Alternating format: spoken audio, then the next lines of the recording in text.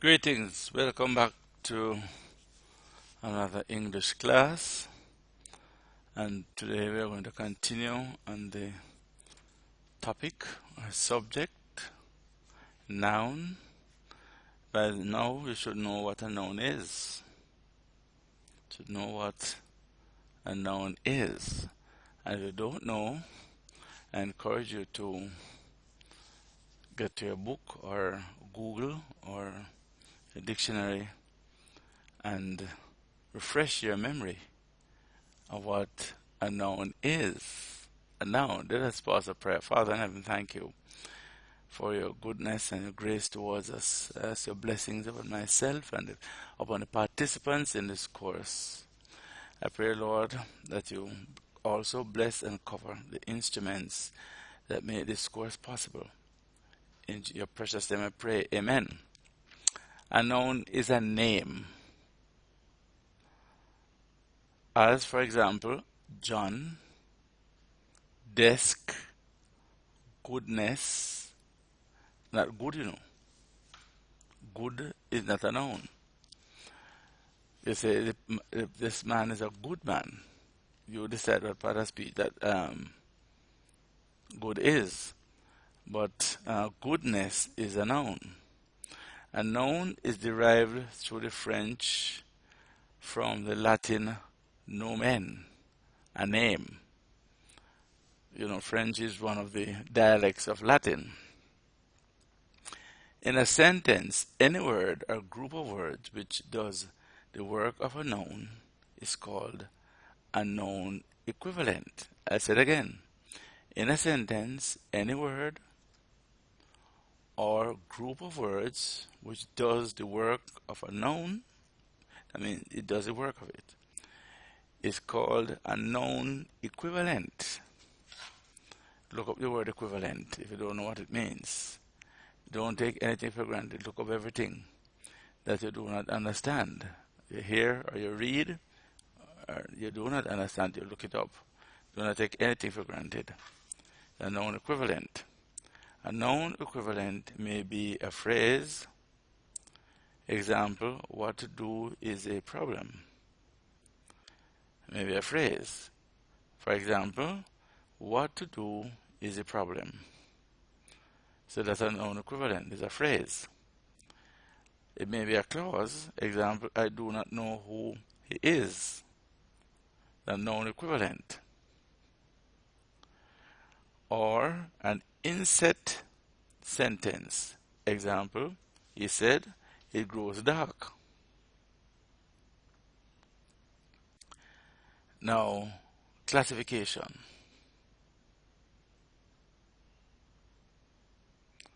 Classification.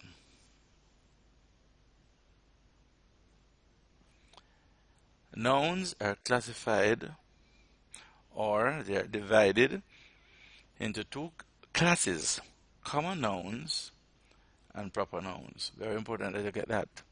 There are proper nouns and there are common nouns. They are nouns, you know. But one is proper, one is common. Good. A common noun is a name, that is a common noun, is a name of an object that is common with other members of its class. Thus, the word house is a name common to all houses and specifies no particular house. So you would not write that when you're writing house. You would not put it in. You wouldn't use a capital letter because it is a common noun. It's a noun, but it's common. It's a name, but it's common. So if you say John, John is not common. So you have to use capital J. Or if you say a house. Now, if you say Hillcrest House, Hillcrest House, or some name is a specific name, and the house alone, or the house alone, the word house alone would not determine whether it would not make it proper. But if you say Hillcrest House, that is a specific house. So you put hill in capital letter and house in capital letter. So now, common noun, house. It must not be thought that common here means ordinary or often found as we speak of common occurrence. The word common in this sense, our usage, means shared by all. That's the meaning of it. It doesn't mean ordinary in this sense, the context in which it's being used. It means shared by all. We use it thus in speaking of a common land belonging to the public and to no one in particular, or common prayer. Now we're going to look at a proper noun. A proper noun is the name of an object as peculiar or proper to itself, distinguishing it from all other objects. Right? So the proper noun distinguishes that object from all other objects. So you know specifically the object you're talking, or the person, or the thing. Thus the name London denotes one particular city as distinguished or as different from all other cities. London. So when you write London, you must write London with capital L. It's not common. That's a proper noun. If you write Jamaica, you must write it with capital J. If you write Kingston, you must write it with capital K. It's not common. It's proper. And if you write England, you write it with capital E. The names London or Henry may be applied to more than one object, but they are not therefore common nouns. The adjective common is applied to nouns which are the names of things which bear a semblance to one another or possess some qualities in common, as house is a common noun describing all the things which we recognize as houses. A proper noun, though it may be the name of, say, London, England, as I said before, London, Ontario, Canada, suggests no qualities common to both, and the eight Henrys who were kings of England had little in common save their proper name. Proper nouns are usually printed with a capital letter. A proper noun, capital letter. The word proper means own and comes from the Latin proprius. Proprius. Collective. So we have looked at, we started out by saying there were different classes of nouns. And we're looking at classification of nouns. We have looked at common, and we have looked at proper nouns. Now we're going to be looking at collective, abstract, and verbal nouns. Collective, and you know, collective means group. Abstract meaning is that something that you can hold is not solid. It is not solid. It could be like a word, for example. A word is abstract. It could be, I said like a word, I'm not saying it's a word, but something, a thought. And then we're going to look at verbal nouns. Certain kinds of common nouns belong to particular classes. Example, collective, abstract, and verbal. A collective noun denotes a number of persons or animals taken together as constituting a single thing. Again, a collective noun denotes a number of persons or animals taken together as constituting a single thing. As for example, army. You know, army is not one person. You would say soldier. But it's an army. So it is collective, meaning a number of soldiers. Jury is a collective noun. Again, you have a number of jurors. You said a bench of jurors, the jury, or a bench of jurors. Crowd is collective. School, and school is used in many senses. It could be a school of whales. Flock, flock of sheep, even cattle. These are collective nouns. Those are examples, there are many collective nouns. These are examples. You go and work. There are some out, work some out for yourself. Collective nouns. And I want you, in your reflection, to give me some for yourself. I know that I've given you 1, 2, 3, 4, 5. You add some to that. Give me 5 to go with that. 5 more on the collective nouns. Abstract noun is the name of a quality, action, or condition. For example, as patience, murder, boyhood. You could say marriage. All these are abstract. Thus, if a book be heavy, large, and new, it has the qualities of weight, size, and newness. And these 3 words are abstract nouns. Weight, size, newness. Names of the qualities of the book, considered apart from the book itself. Abstract is derived from the Latin abstractus, meaning drawn away from. Abstract nouns may be formed from adjectives. For example, warmth. Warm would be the adjective, so you put th on it, so you have warmth. It becomes a noun, but it is abstract. You speak of the warmth. Fellowship. I enjoy the warmth among the people. The warmth of the worship. Coldness. Cold would be an adjective, but you put ness on it and the meaning changes. So it is not an adjective, but a noun, but an abstract noun. Free, freedom. Freedom is from the word free, and that's an abstract noun. Safe and safety. Safe would be the adjective. Free would be the adjective. You put dom on the free, and you get freedom. You put ty on the safe, you get safety, and it's abstract.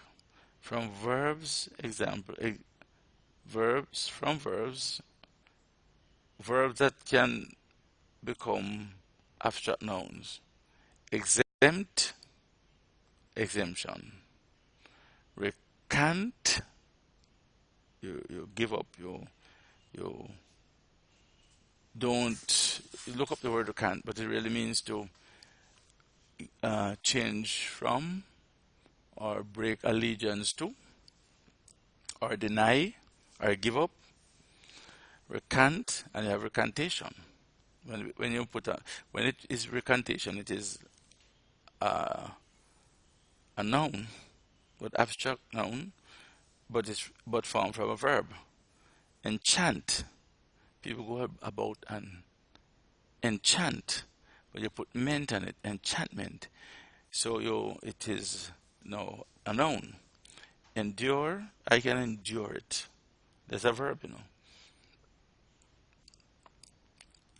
You put ans on it, it becomes a noun. Endurance. From nouns, example, friend, friendship, woman, womanhood, boy, boyhood. A verbal noun is the name of an action. A verbal noun can be formed from any verb by the addition of ing, that's a verbal noun, to the infinitive as hunting. I love to hunt. Hunt, there's a verb. When you say, I went hunting, that now becomes a verbal noun. Fish, fishing. Fish, Fish is very interesting, you know. Fish is a noun, depending on the context and the usage. But fish can also be a verb. Stop fishing. I'm here to fish for. Fish. Fish.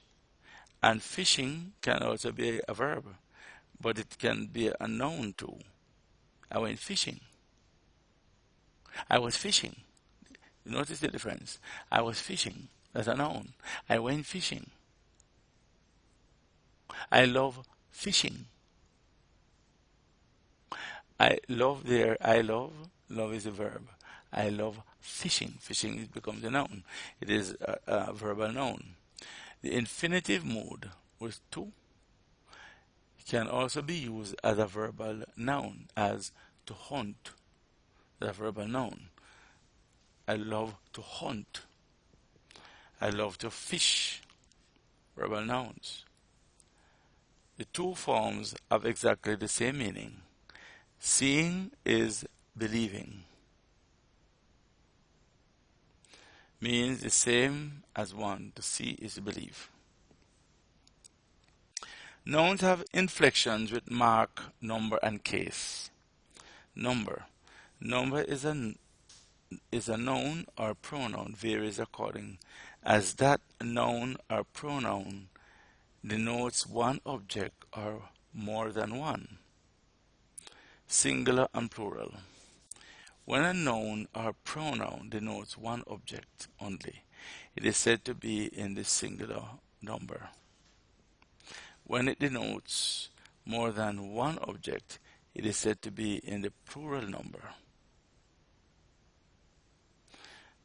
The plural of nouns is formed as follows. The general rule is to add s to singular, as fathers, bees. Talking about plural nouns, the general rule is to add s, but there are cases where the older and fuller form is es after a sibilant sound. After a sibilant sound, that is s, x, sh, ch, z, as hisses, churches. So you don't just put s on church. It's es. His, es. After f or if, preceded by a long vowel, example who, f at the same time becoming v, as leaves, cars. F becomes a v also in the plural of words ending fe. F becomes v also in the plural of words ending fe. So if the word is the ending of it is fe, it is going to become, it is to take a v sound. The exceptions are words of French origin, the chief of which are brief. These words are French origin. Chief, strife, grief, relief, fifth, which form their plural by the addition of s. The words wharf and scarf, staff, both forms in the plural. After y, preceded by a consonant, and I hope you know the difference between a vowel and a consonant. Say a vowel, write it down in your reflection paper to make sure you remember it. Let it appear in the reflection paper that you're going to email me. You're to email me your reflection on each video. And that's your activities. So the video it is really a hour, but part of it is your work. Half hour is your work. So you get 15 minutes of my talking to you, and you're going to give me 30 minutes of my talking to you, and you're going to give me 30 minutes of you talking to me. Then I am going to be spending time now correcting and responding to you. After Y preceded by a consonant or QU, QU is equal to KW. As flies,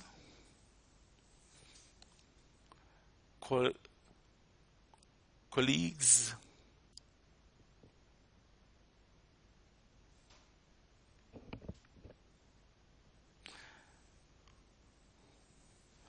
but monies or monies, MONEYS or MONIES. Proper names never change the Y. Proper names never change the Y into IES. The plural of Mary is Marys, MARYS. You don't say MARIES. It's a proper noun. And of Henry is Henry's, HENRYS. You don't change it to IES. As England has been ruled by 8 Henrys and 2 Marys. Just put an S and a Y. After 0, in most fully naturalized words as echoes, heroes, potatoes, some however take S as grottos, pianos, oratorios,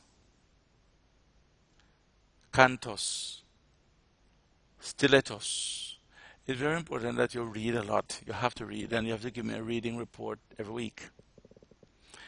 And another activity that you must do every week is you're going to read a page or two of every week. A page or you're going to read widely, but you're going to be giving me a video of a page or two, depending on the length of it, of reading that you do. You're going to video that to me. I record it. It must be recorded with a video. But I see you, I just want to hear and listen. And you have to listen to yourself when you read so that you can know your weaknesses, your pronunciation, your enunciation. This is how practical this class is. 3 common nouns, 3 common words form their plural with the addition of en to the singular. Ox, for example, the plural would be oxen. Child, the plural form would be children. Brother, the plural form would be brethren and brothers and brethren. The word kine, plural of cow.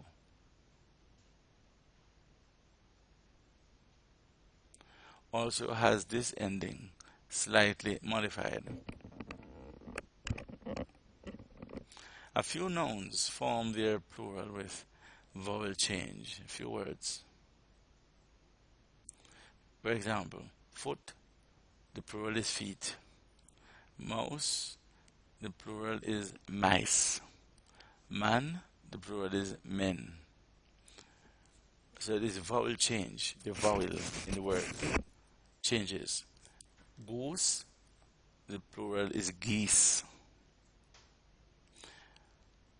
Louse, a louse, the plural is lice. Louse. Lice, plural. This change is also seen in brethren and kine. Nouns which do not change in the plural. Some nouns have no special form for the plural, but use the singular form of both numbers as deer and sheep as grouse. Many words expressing measure, weight, or number belong to this class when used to denote these ideas, as foot, 100-weight head in 2-foot rule, 20 100-weight,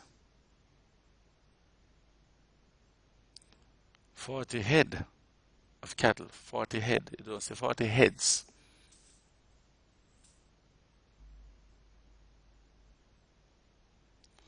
you're being prepared for ministry and you don't know if the Lord will use you in the United Kingdom or Canada or the US.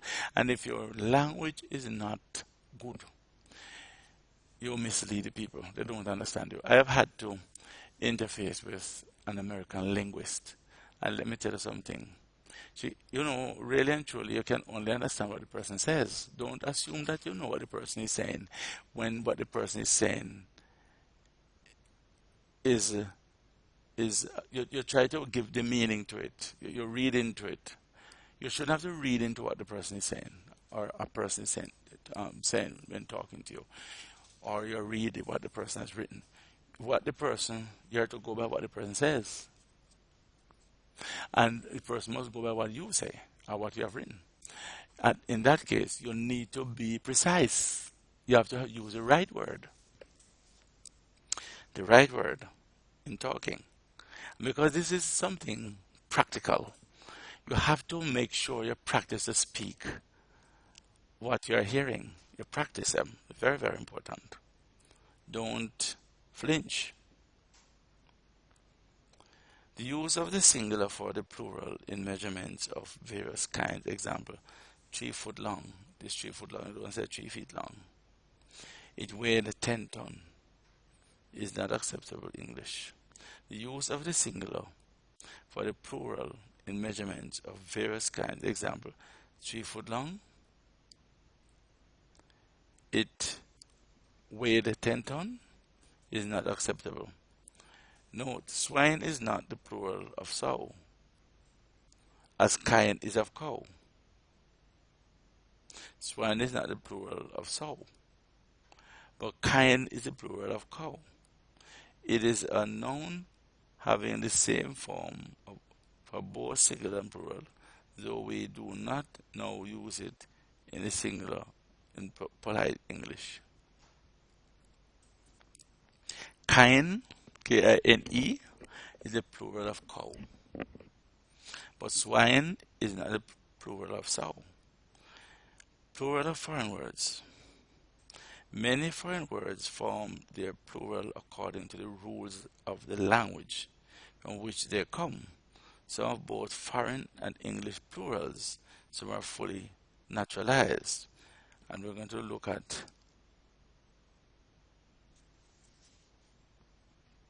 we did look at page 4 at the foreign words. Now, we're going to look at a list of plural of nouns, plural, a list of plurals, noun plurals. I'm going to list them for you. Index, plural, indices, I-N-D-I-C-E-S, or you can say indexes, I-N-D-E-X-E-S. Formula, formulae, F-O-R-M-U-L-A-E, or you can say formulas. Fungus, fungi, or funguses. Hippopotamus, hippopotami, hippopotamuses. Cherub, cherubim. Seraph, seraphims. Bandit, banditae. Addendum, addenda. Phenomenon, phenomena. Write them in. You're going to make a list of them that you'll see them and know them. Stratum, strata. Strata is plural. Stratum. Bow, that's a B-E-A-U. And you need to look that word up. Look that word up. And the plural is B-E-A-U-X. B-E-A-U is the singular, B-E-A-U-X is the plural. Portmanteau, and let me spell it Portmanteau.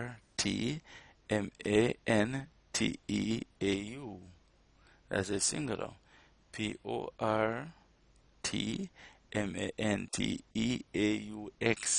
is a plural. Memorandum, memoranda, plural. Analysis, singular. Analyses, plural. Series, series. No changes. Axis, axes. So one is AXIS, one is AXES. AXES would be the plural. Species and species, they don't change. SPECIES, species. So it is used in a singular sense and in the plural. It remains the same, and it is also a foreign word. It could be Latin. Rhinoceroses, rhinoceros, rhinoceroses, or HINOCEROS.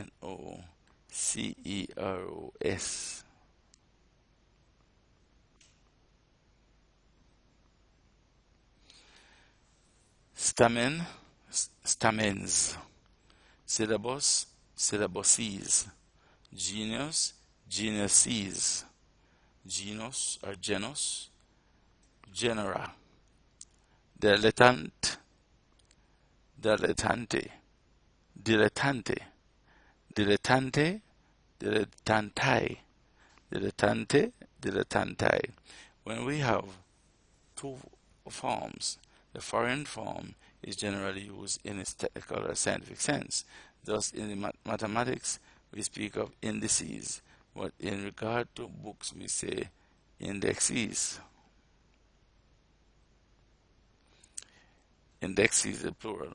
It is more usual to form the plurals of common words in the English than in the foreign language. So, we're going to pause here. Remember, and every week I am to get a record of you reading a page or two of a novel. Whether if the novel, if the chapter is long, you read, did I say page or two? A chapter or two. If the chapter is long, you read one. If you're going to read it aloud, so that it is recorded. You will be listening to it, and I am listening to it. God bless you. Till we meet again.